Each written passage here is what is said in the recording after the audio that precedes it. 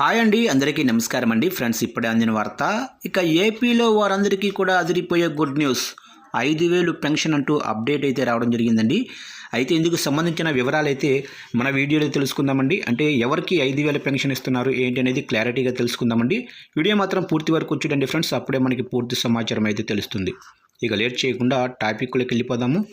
ఇక ఏపీలో వారికి నెలకు 5,000 రూపాయల పెన్షన్. ఇక భారీగా దరఖాస్తులు.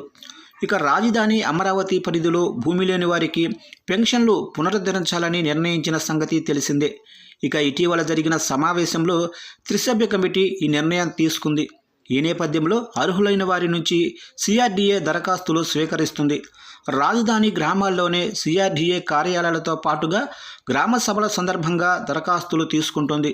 ఈ క్రమంలోనే సోమవారం జరిగిన గ్రామ సభల సందర్భంగా 3,298 మంది పెన్షన్ కోసం దరఖాస్తులు సమర్పించారు.